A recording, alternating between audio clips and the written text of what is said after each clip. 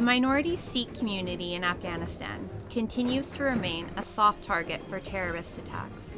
Recently, several terrorists associated with the Islamic State of Khorasan attacked Gurdwara Karte Parwan in capital Kabul.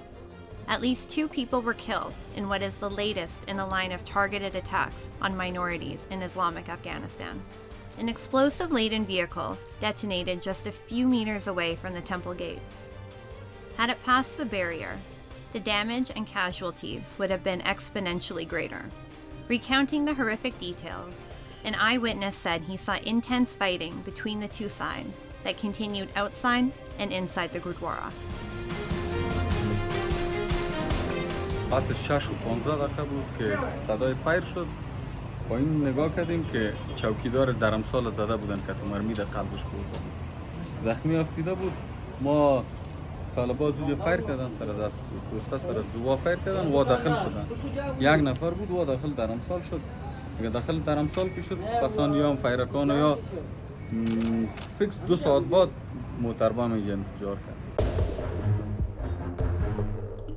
The United Nations Assistance Mission in Afghanistan has called for the protection of all minorities in Afghanistan, including Sikhs, Hazaras, and Sufis.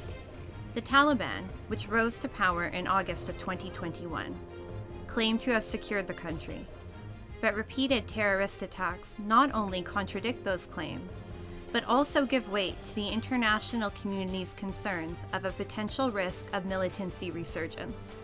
In addition to receiving widespread international criticism, the Taliban was also asked by several countries, including India, home to the Sikhs, to assertively act towards the protection of minorities. Observers believe that such attacks could set off a new wave of terrorism in the country, with smaller groups receiving tacit support from insiders. And this, they believe, has been the primary reason behind the US and the West not involving themselves in rebuilding the war-torn country. Also, the United States has not released Afghan funds frozen by it earlier this year, fearing its use by the Taliban to fund terror activities.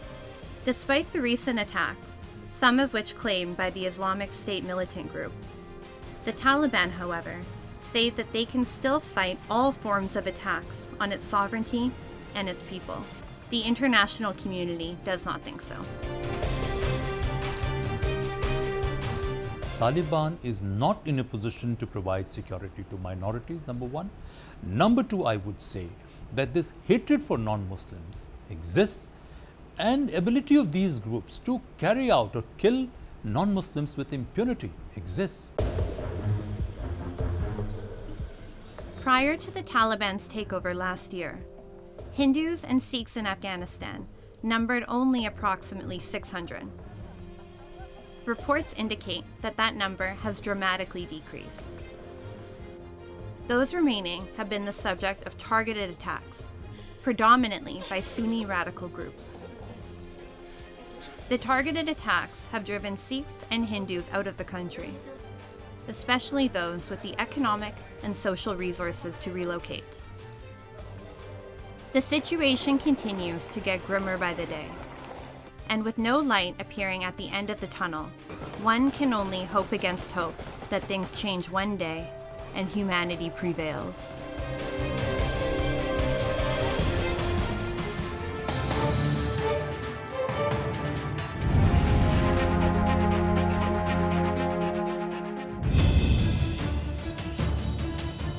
Long queues have emerged outside petrol kiosks across Pakistan in the wake of successive petrol price hike announcements. Since Prime Minister Shehbaz Sharif's coalition came to power, petrol prices have risen by 56%, while diesel has registered an unprecedented spike of 82%. This has triggered massive inflation across the market, from kitchen staples to footwear and apparel. Prices have skyrocketed. Although the data is yet to be released, economic observers estimate recent inflation at 18%. The situation has prompted outrage across all sections of society. Thousands have taken to the streets in different cities of the country in protest. अगर petrol महंगा हुआ तो हर चीज़ महंगी हो जाएगी। गरीब आदमी या तो लुटेरा बन जाएगा या खुदकुशी करेगा, क्यों? उसने अपने बच्चे पालने हैं। इस 30 रुपये कोई कम रेट नहीं है, बहुत ज़्यादा रेट है। कभी आज दिन तक इतना पेट्रोल महंगा नहीं हुआ। यही हमारी रिक्वेस्ट है, ये इसकी कीमत को फ़ौरन वापस लिया जाए। The IMF and Islamabad had previously reached a deal to release over 900 million USD in funds, contingent on Pakistan removing already in place fuel subsidies and raising fuel prices.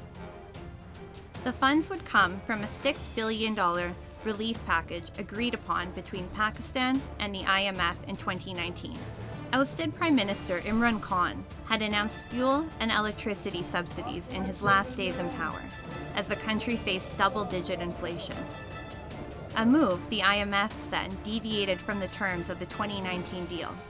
The agreement to remove subsidies in the oil and power sectors is aimed at reducing the country's fiscal deficit. The raising price of fuel has been the major point of contention between Pakistan and the IMF. To date, only about half of the $6 billion USD in funds have been released. It is not clear when the next IMF review would take place.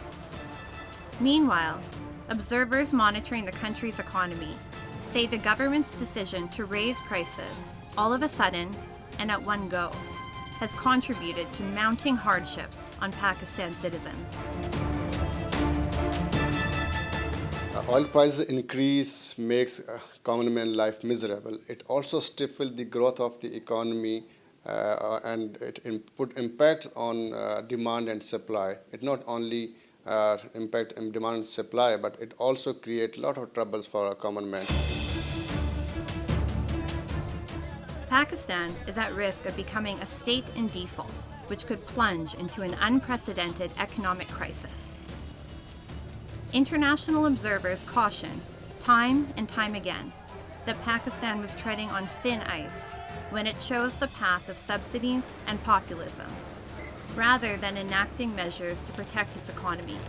While some of them blame the recently ousted Prime Minister Imran Khan, others say these policies have been hallmarks of nearly all Pakistani governments over the years.